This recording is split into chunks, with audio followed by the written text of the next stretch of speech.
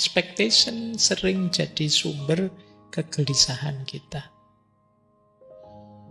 Iya sih, kalau kita kaya dihargai orang. Tapi ya untuk situasi kita sekarang, untuk bisa sekaya itu mungkin prosesnya perlu agak panjang. Kalau segera itu ya agak berat. Memang hidup ini berputar ketika manusia punya keinginan, punya harapan.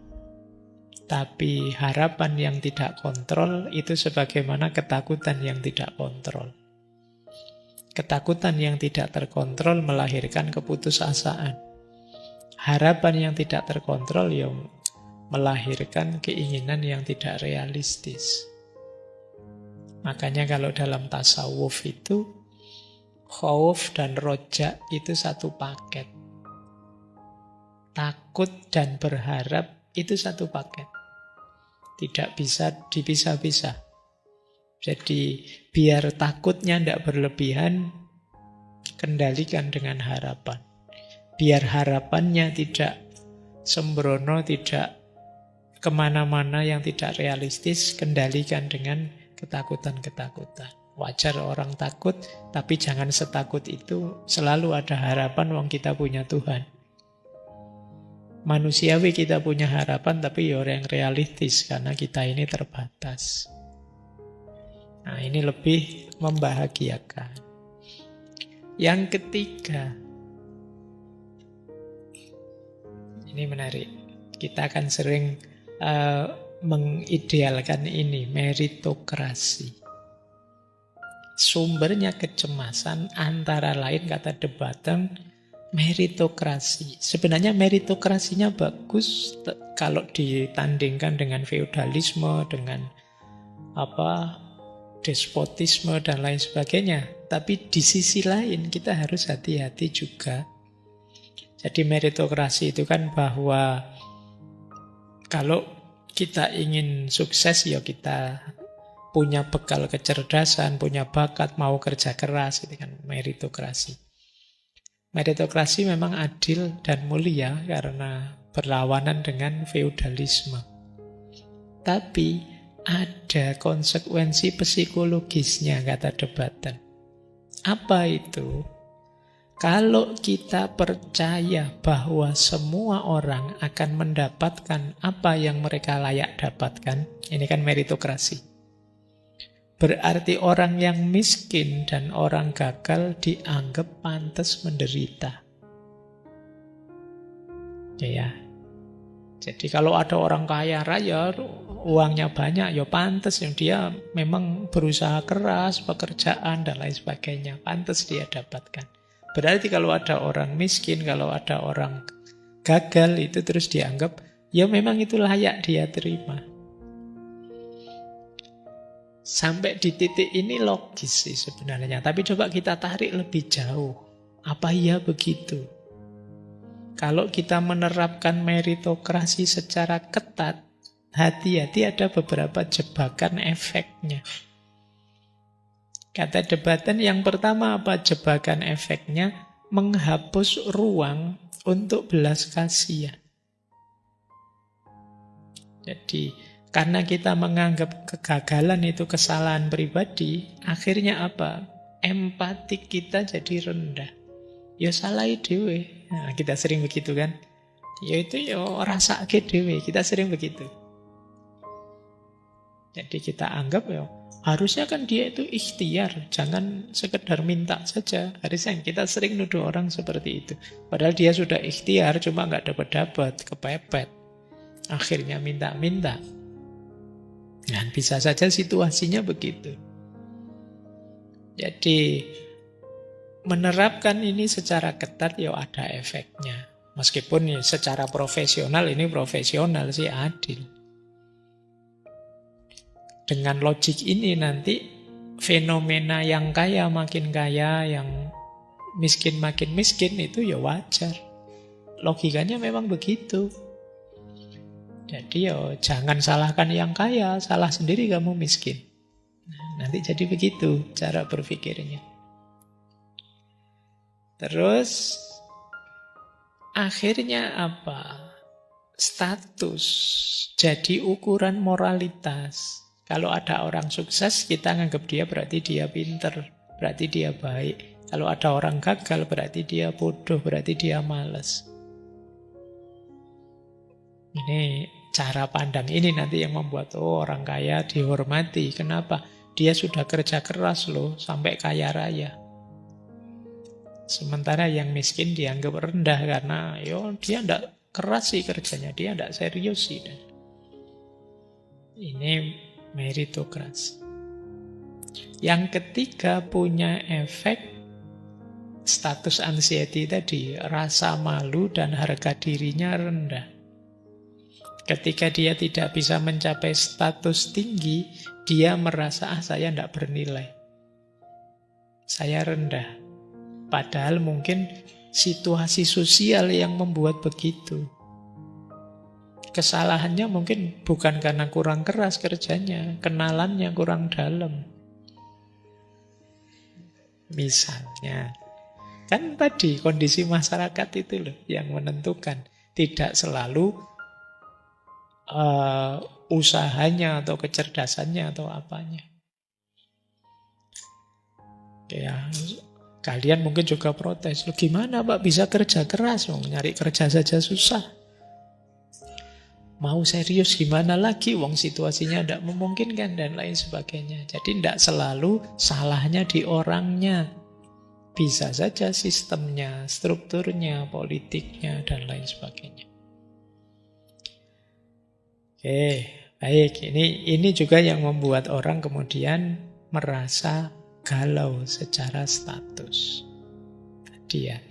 Jadi status anxiety. Yang keempat, ini istilah dari Debatten, snobbery. Snobbery ini satu gejala di tengah masyarakat ketika orang dinilai hanya berdasarkan satu aspek hidupnya secara dangkal. Jadi misalnya dari kekayaannya saja. Misalnya. Nah, ini namanya snobbery.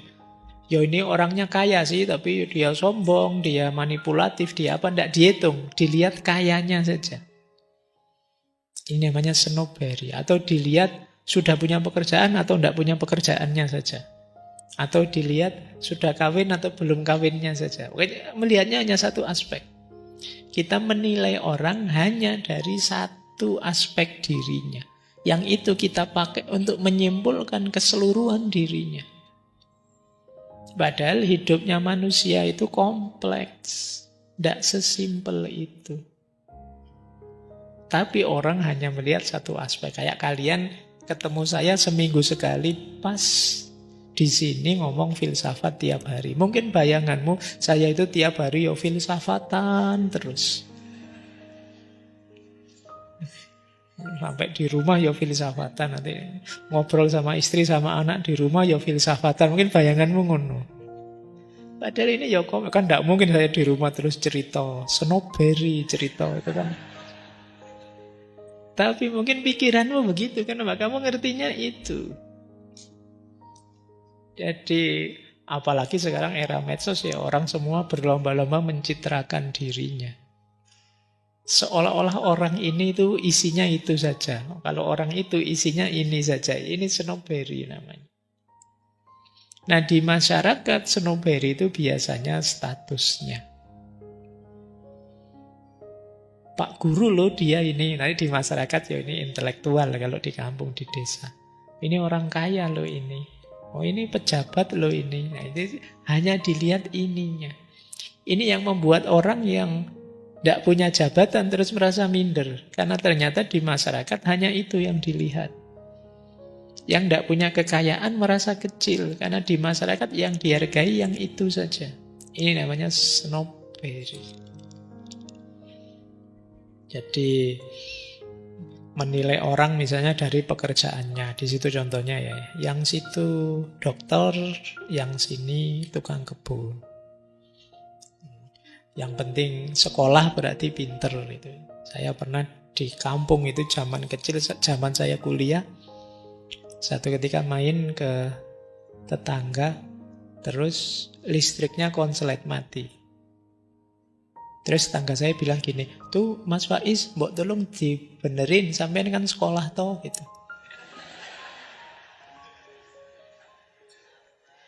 Dianggep ya mau tak jawab, nggih kuliah sekolah, cuma kan jurusannya filsafat. Hubungannya apa sama listrik? Tapi kan kalau di desa ya bahwa dianggap kuliah berarti orang pinter kan gitu aja. Nggak ngerti jurusannya apa. Itu masih untung. Kadang-kadang susah membedakan antara dokter dengan dokter. Oh itu lebih ngeri lagi itu kalau di rumah. Oh, Mas Faiz ini dokter nggih. Apa itu takoni obat ya mesti ya. Jadi itu masyarakat. Jadi dia hanya melihat satu aspeknya saja. Itu yang disebut penyempitan nilai. Jadi kata Dobatan, manusia disempitkan nilainya hanya di satu variabel saja. Ini yang sering kita begitu ya. Melihat orang ya seperti biasanya tampil. Padahal keseluruhan hidupnya tidak hanya itu. Snobisme ini di mana bahayanya? Kata Alain de Botton, dia membuat orang berlomba-lomba mengejar status eksternal agar dihargai sesuai yang dihargai di masyarakatnya. Kalau di masyarakatnya yang kaya yang dihargai, dia akan berusaha untuk kaya. Kalau jabatan yang dihargai, dia akan berusaha mengejar jabatan. Ini snobbery. Sementara yang merasa di luar kualifikasi terus jadi minder. Ya tadi muncul perasaan-perasaan siapalah saya dan lain sebagainya. Istilah ini saya ambil dari bukunya ya. Jadi menurut Dobatan, kata snobbery itu pertama kali digunakan di Inggris tahun 1820-an. Jadi kata ini berasal dari kebiasaan banyak akademisi perguruan tinggi di Oxford dan Cambridge yang menuliskan ini istilahnya sine nobilitate, yang artinya tanpa bangsawan atau snob. Jadi kalau ada siswa kok orang biasa bukan bangsawan, itu di belakang namanya ditambahi snob. Snob itu sine nobilitate. Jadi yang artinya untuk menegaskan ini orang biasa bukan bangsawan. Jadi mungkin kalau di sini yang bangsawan pakai R, kamu nambahi BR. Nah, BR itu bukan R, bukan Raden. Oke ya. Mungkin kalau yang bangsawan R itu artinya rakyat, kamu R itu ini R itu artinya Raden, kamu pakai artinya ini. Kalau saya R juga Pak, artinya apa? Rakyat. Itu sama-sama R-nya. Nah kalau di sana itu pakai snob. Nah ini snob ini berarti orangnya